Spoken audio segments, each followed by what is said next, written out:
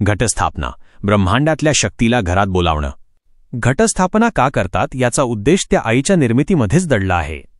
जेव्हा महिषासूर नावाचा अहंकार असुर इतका वाढला की त्याने तिन्ही लोकांना जिंकून घेतलं, तेव्हा कोणताही देव त्याचा पराभव करू शकला नाही.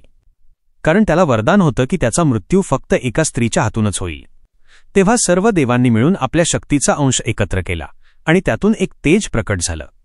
ते तेज म्हणजे साक्षात आपली आई तुळजाभवानी. तीच आदिशक्ती, तीच जगदंबा. तिचा जन्मच मुळी सृष्टीला अहंकारापासून वाचवण्यासाठी झाला. हा जन्म झाल्यावर आईने महिषासुरासोबत 9 दिवस आणि 9 रात्री घनघोर युद्ध केलं. हे तेच 9 दिवस आहेत जे आपण नवरात्र म्हणून साजरे करतो. आता मूळ प्रश्न वजा घटस्थापना का?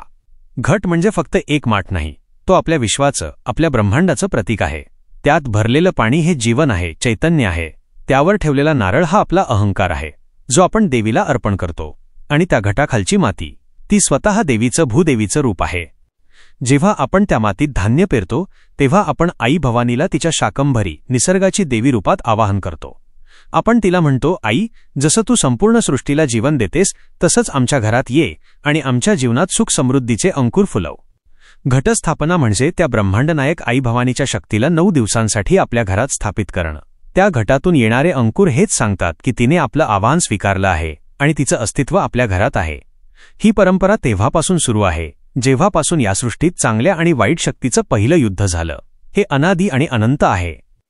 9 दिवसांचा उपवास आणि जमिनीवर झोपणे, स्वतःला देवीसाठी तयार करणे. हे 9 दिवस आई भवानी युद्ध करत होती. ती सृष्टीसाठी लढत होती. म्हणून तिचे भक्त म्हणून आपणही तपश्चर्या करतो. उपवास.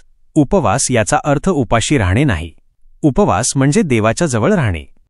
या 9 दिवसांत आपण आपलं शरीर आणि मन शुद्ध करतो. वाईट विचार, वाईट अन्न यांपासून दूर राहून आपण स्वतःला इतकं पवित्र बनवतो की आई तुळजाभवानीची शक्ती आपण ग्रहण करू शकू. जमिनीवर झोपणे हे त्यागाचं आणि अहंकाराच्या नाशाचं प्रतीक आहे. आपण आपले सर्व आराम, सुखसोयी सोडून जमिनीशी म्हणजेच आईच्या मूळ रूपाशी जोडले जातो.